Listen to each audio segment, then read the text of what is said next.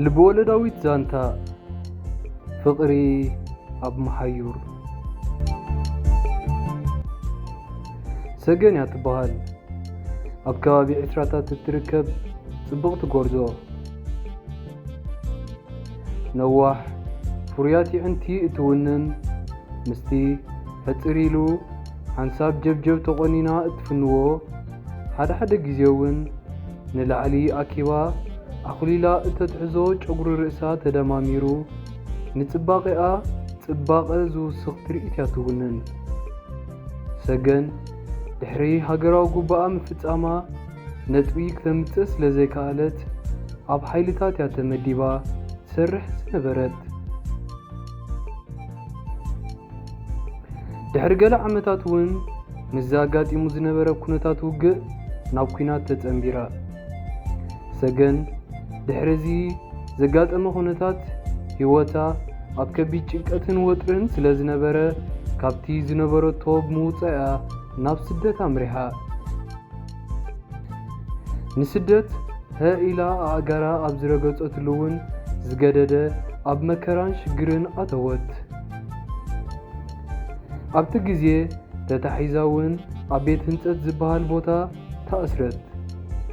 ኣብቲ ቤት ህንፀት ምስኣ ብዙሓት ከምኣ ተታሒዞም ዝነበሩ ኤርትራውያን እውን ተሓወሰት።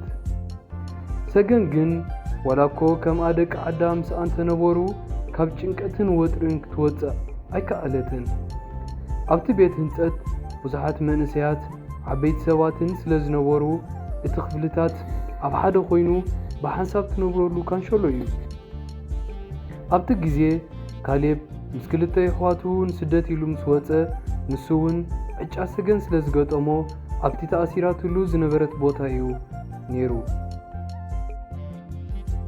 ሰገን በይና ኮፍ ትብል ትበኪ ትጭነቕ ስለ ዝነበረት እውን ኩሉ ግዜ ይከታተላን ይዕዘባን ነይሩ።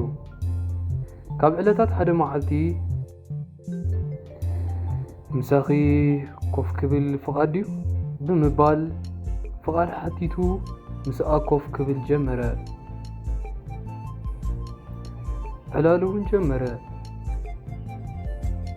ካሌብ ወላኮ ካብቲ ዝነበረቶ ጭንቀት ከውፅኣ ብዙሕ እንተፈተነ ንሳ ግን ከም ቀደማ ኣብ ጭንቀትን ሓሳብን እያ ነይራ። ድሕሪ ብዙሕ ምምላስ እውን ልባ ክረኽባ ውሽጣ ክፈጣ ኣይከኣለን። ካብ ዕለታት ሓደ መዓልቲ በይና ኮፍ ኢላ እንከላ መፂኡ ኮፍ ብምባል ሰገን ከመይ እያ ኢልኪ ኢሉ ኩነታታ ሓተታ። ሰገን ግን ብብኽያት ጎሮሮኣ ላሕቲቱ መግቢ ካብ ዘይትበልዕ እውን ነዊሕ ጌራ ስለ ዝነበረት ብትሑት ድምፂያ ከመይ እያ ኢልካ ጠሚታቶ ድንን በለት። ካሌብ እውን ሰገን ኣጀኹባ እንታይ ደኣ ኮንኪ ኣብ በይንኹ ኮ ይኮነን ኣጋጢሙ ኣብዚ ኩሉ ትርእዮ ዘለኺ ሰብ ኣጋጢሙ ዘሎ ድሓር ከዓ ክሓልፍ ኢኮ ዛንታ ክኸውን ዛንታ ቀው ኢሉ ጠመታ።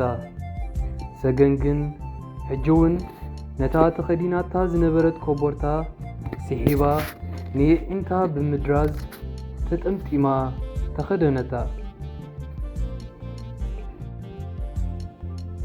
እንታይ ደኣ ቆሪርክ ዲኺ ድሓኒ ዘለኮ ኩነታት መግብኸ በሊዕኽ ዶ ሓተታ። ሕጂ እውን ጠሚታቶ ብትሑት ቃል በሊዕ ኢላ መለሰትሉ። ተገምጢላ እውን ጠመተቶ። ኣብ ነፍሳ ተፈሊጥዋ ዘይፈልጥ ስምዒት እውን ክወራ ጀመረ። ካብቶም ናይ ፀጥታ መፂኦም እውን እተው ውስጢ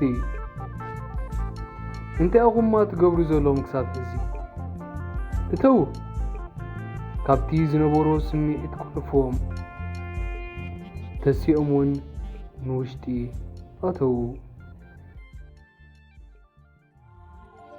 እቲ ቤት ህንጸት ኣዝዩ ገፊሕ ስለ ዝነበረ ብዙሓት ኣምሓሩ እውን ኣብቲ ቀጽሪ እዮም ነይሮም። ኣብቲ ሽዑ ግዜ ናይ መስቀል ናይ ዮሃንስ ኩነታት ቀሪቡ ስለ ዝነበረ ኣብቲ ቤት ህንጸት ዝነበረ ሰብ ብፍላይ ኣምሓሩ ኣብቲ ዝነበርዎ ኮይኖም ናይ መስቀል በዓላት ልክዕ ከምዚ ናይ ኤክስፖ መደባት የቕርቡ ነይሮም። ክስዕስዑ ከለዉ ኣዝኻ ትግረም። ኣብ ከምዚ ኩነታት ከምዚ ዝገበሩሲ ኣብቲ ካልእ እዋን ደኣ ከመይ ይገብሩ ነይሮም ኢልካ ተሓስብ። ኣብ ሓደ ካንቸሎ ኮይኑ ናይ ኣምሓሩን ኤርትራውያንን ኢሉ ጥራይ እዩ ዝፍለ ነይሩ እቲ ክፍሊ። ሰገንን ካሌብን እውን ካብቲ መደቀሲ ክፍሊ ወፂኦም ዘወር ክብሉ ጀሚሮም።